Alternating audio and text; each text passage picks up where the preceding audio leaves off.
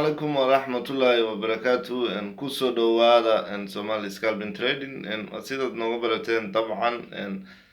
halkan waxaanu kula soo wadaagaynaa podcast videoga ahaa maalinkaas kan kula soo wadaagi jirnay su'aalaha ugu badan waa laba su'aalood tan koowaad waxa waaye macallin ka waran robotka loo yaqaano EA-ga iyo talabaadna waxa waaye khasaarahayga oo bata sidee baan u xadidi karaa hab maskaxiyan ah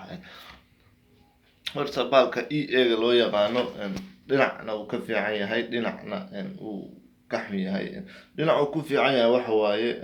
EA-ga waad programming karaysaa oo ma u baahnid in aad hadhowdii waxaana laysin aad samaysid isagoo automatic u qabsan doona shaqadiisa iyo habka aad ugu programmisay automaticna isku furi doona iskuna xiri doona talabaad waxay tahay uu ku xun yahay qofka baalkaas marka automatic isku furo qofku xiri karayaa taas waa hab maskaxiyan la xiriirta oo ah in walwal qofku ku hayso lacagta suuqa ku galay taas waa ay tahay darabno in xoog saarno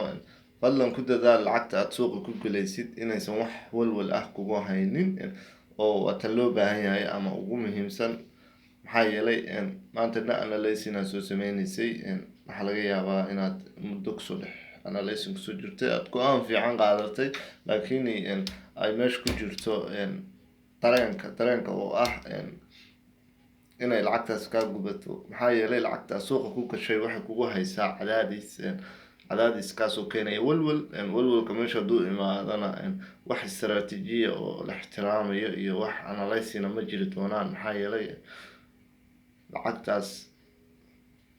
qofka walwal ku haysa marka sida awgeed qofka isla markiiba inuu jawaab celiyo rabaa ama sida ugu fiican oo kale suuqan reaction usii laakiin waa khalad fadlan ku dadaal lacag aan dib kugu haynin oo walwal kugu haynin suuqa ku gashid si aad analysis-kaaga u aamintid